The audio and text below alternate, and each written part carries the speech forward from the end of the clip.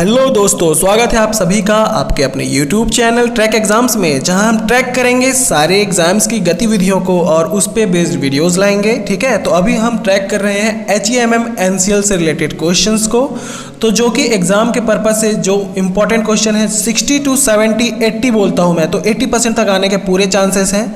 तो जो हमारे चैनल पर नए हैं वो प्लीज़ ये जो रेड कलर का सब्सक्राइब बटन दिख रहा है उसको प्लीज़ दोस्तों सब्सक्राइब कर लें, बेल आइकन भी प्रेस जरूर कर लें। जो नए वीडियो आएंगे उसके नोटिफिकेशन आपको फिर नोटिफिकेशन में दिखेंगे और आप सारे वीडियोस हमारे आपको मिलते रहेंगे। तो प्लीज़ पहले जल्दी से जल्दी सब्सक्राइब कर लीजिए।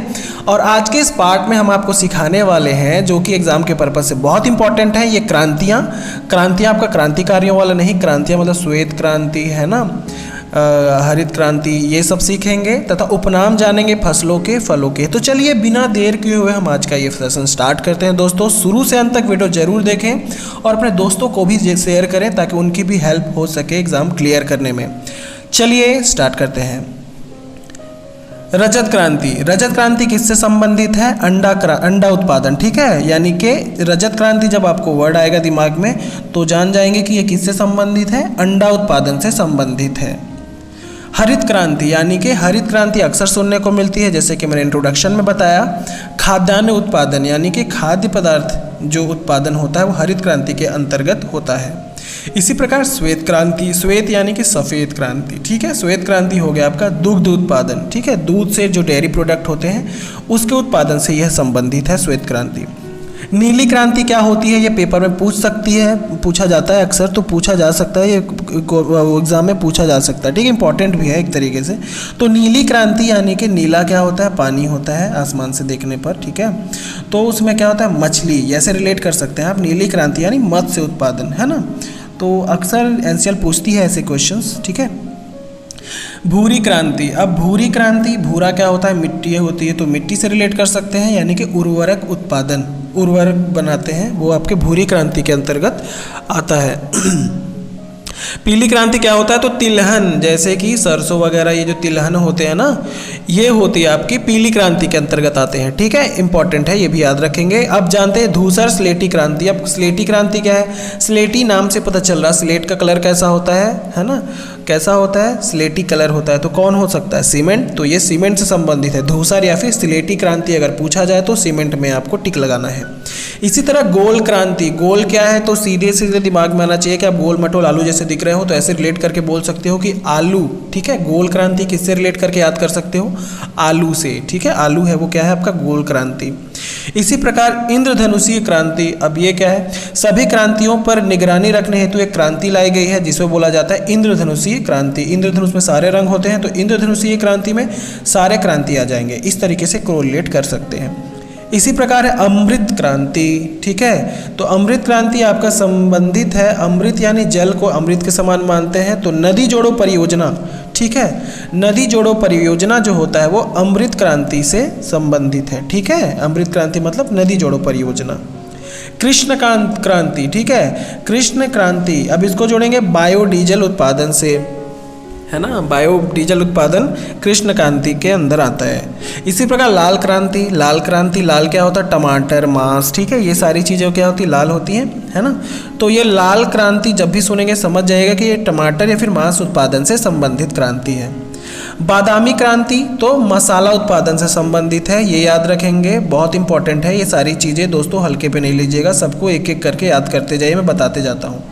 गुलाबी क्रांति, यानी कि गुलाबी क्रांति को आपको ध्यान रखना है, ये झींगा, और झींगा जो मछली होता है ना, झींगा मछली, उसके उत्पादन को गुलाबी क्रांति बोला जाता है। ठीक है, अगला देखते हैं सुनहरी क्रांति। तो सुनहरी क्रांति के अंतर्गत आपका आता है फल उत्पादन को बोला जाता है, फल के उत्पादन को की क्रांति को क्या कहा जाता है, सुनहरी क्रांति। अब हरित सोना क्रांति क्या है, तो बांस उत्पादन को ही हरित सोना क्रांति बोला जाता है। परामनी क्रांति, ये होता है आपका परामनी क्रांति, मतलब भिंडी उत्पादन से संबंधित है, यानी भिंडी उत्पादन को परामनी क्रांति नाम दिया गया है। ग्रीन गोल्ड क्रांति, तो यानी कि ग्रीन गोल्ड क्रांति आपका होता है चाय उत्पादन। ठीक है, चाय उत्पादन को ग्रीन गोल्ड क्रांति कहा जाता है। खाद्य श्रृंखला क्रांति, खाद्य श्रृंखला क्रांति किसको बोलते हैं, भारतीय कृषकों की 2020 तक आमदनी को दुगना करने से की एक क्रांति है जिसको खाद्य श्रृंखला क्रांति नाम दिया गया है। ठीक है। मूक क्रांति है ना, तो मूक क्रांति है आपका मोटे अनाज के उत्पादन से, है ना, मोटा अनाज जो होता है उसका उत्पादन को मूक क्रांति कहा जाता है। खाकी क्रांति को जानेंगे, तो यानी खाकी क्रांति है आपकी चमड़ा उत्पादन, ठीक है, चमड़े से बनने वाले प्रोडक्ट है ना, वो आते हैं आपके खाकी क्रांति के अंदर।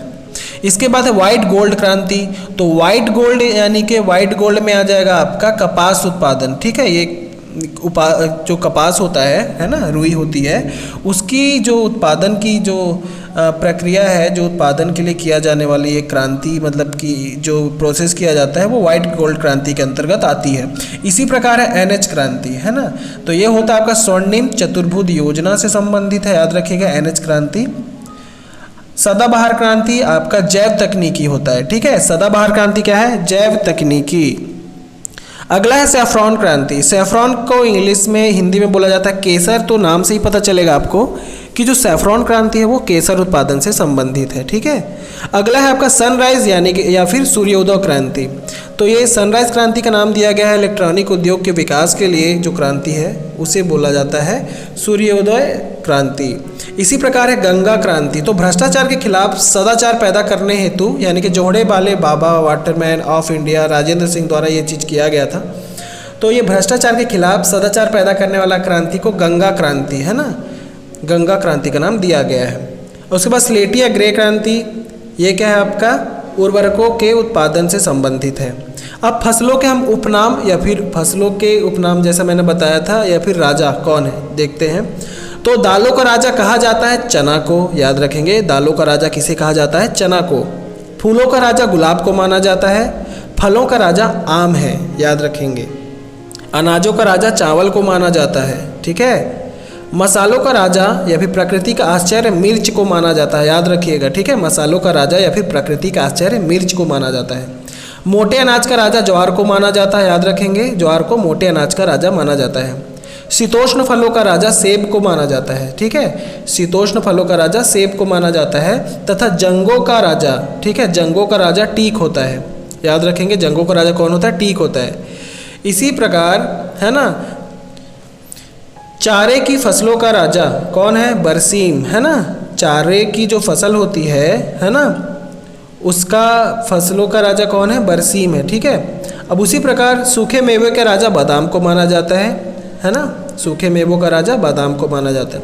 अब फसलों के उपनाम या फिर रानी कौन है वो जानेंगे। तो दालों की रानी मटर होती है, याद रखेंगे, दालों की रानी मटर होती है। फलों की रानी लीची है ना, लीची जो फ्रूट होता है वो क्या है, फलों की रानी। फूलों की रानी ग्लोडियोलस, ठीक है, याद रखेंगे, फूलों की रानी ग्लोडियोलस। मसालों की रानी इलायची को माना जाता है। तिलहन फसलों की रानी तिल होती है। अनाजों की रानी मक्का को कहा जाता है। पेय पदार्थों की रानी चाय को बोला जाता है। Thanks for watching. आपको ऐसी वीडियोस हम रोज़ पोस्ट करेंगे, एक दिन 2 दिन में ऐसे, ठीक है। तो हमारे चैनल को अगर आप पहली बार देख रहे हैं तो हमारे चैनल को लाइक ज़रूर करें, इस वीडियो को शेयर करें अपने दोस्तों से और सब्सक्राइब बिल्कुल कर लें, ताकि आप ऐसे इंपॉर्टेंट वीडियोस से मिस न कर जाइए वीडियोस, ठीक है। तो थैंक्स फॉर वॉचिंग दोस्तों, आपका दिन शुभ हो।